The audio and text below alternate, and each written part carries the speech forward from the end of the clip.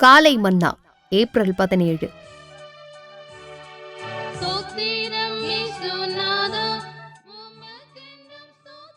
எப்படியாக்கிலும் சிலரை இரட்சியுங்கள், எப்படியாக்கிலும் சிலரை இரட்சிக்கும்படிக்கு. 1 கொரிந்தியர் 9:22. எப்படியாகிலும் ஆத்துமாக்களை ஆதாயப்படுத்த வேண்டுமென்று அப்போஸ்தலனாகிய பவுல் கொண்டிருந்த குறிக்கோள் அவரை அதிகமாக தியாகம் செய்தது. அதன் பலனாக எண்ணிலடங்கா ஜனங்கள் இரட்சிக்கப்பட்டனர். 2000 ஆண்டுகளுக்கு பின்னரும் கூட அவரது நிருபங்கள் தொடர்ந்து ஜனங்களில் பக்தி விநயத்துடன் கூடிய பயத்தை உண்டாக்குவதுடன் உலகம் முழுவதிலும் ஆத்துமாக்கள் இரட்சிக்கப்படுவதற்கும் மறுரூபமடைவதற்கும் ஏதுவாயிருக்கின்றன. நரக அக்கினியிலிருந்து ஒரு ஆத்துமாவையாயினும் மீட்க நாம் செய்ய எப்படிப்பட்ட தியாகமும் தகுதியானதே.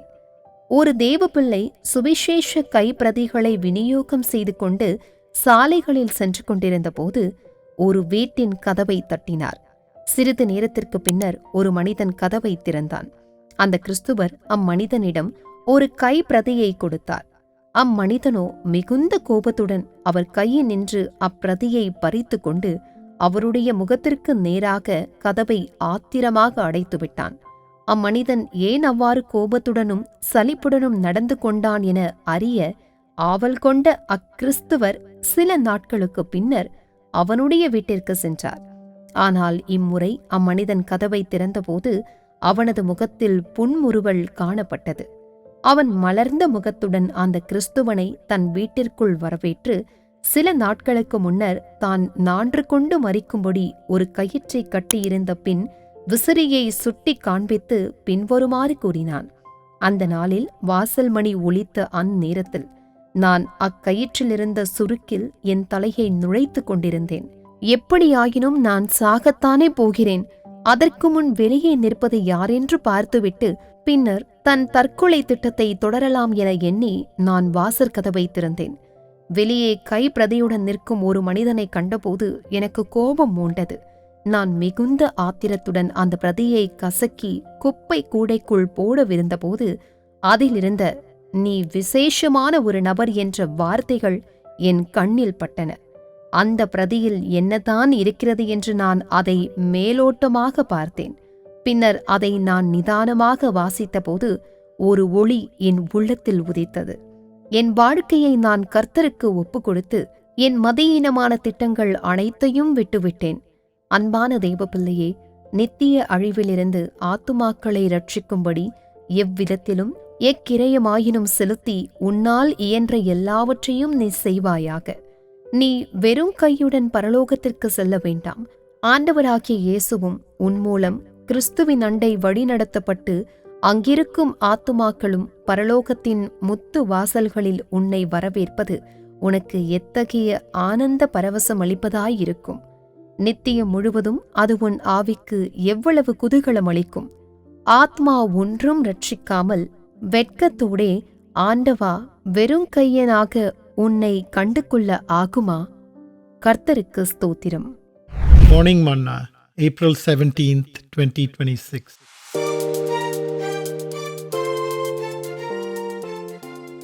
By any means save some.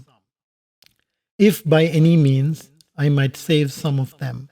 Romans chapter 11, verse 14. Apostle Paul's desire to save souls by any means made him sacrifice much, and as a result, innumerable people got saved. Even now, after 2000 years, his epistles continue to be awesome, and all over the world, souls are not only getting saved, but also transformed. Any sacrifice we make to rescue even one soul from hellfire is worth the while.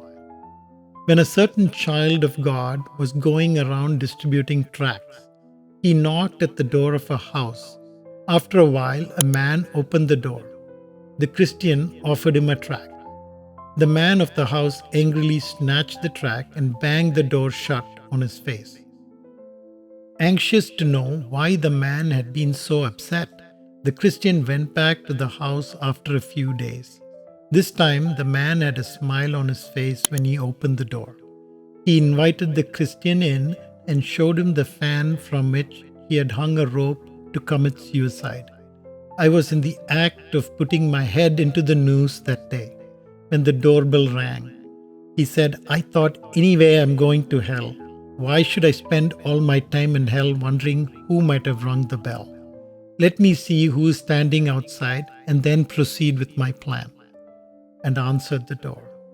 The sight of the man with the tract annoyed me, and I was going to chuck the tract into the wastepaper basket when the words, "You are someone special," caught my eye.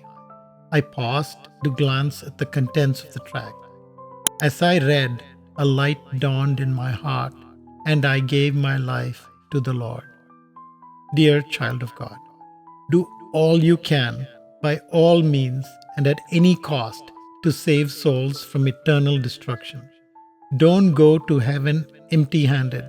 What a joy it will be to be welcomed at the pearly gates by the souls you led to Christ. What a thrill that will give you all eternity.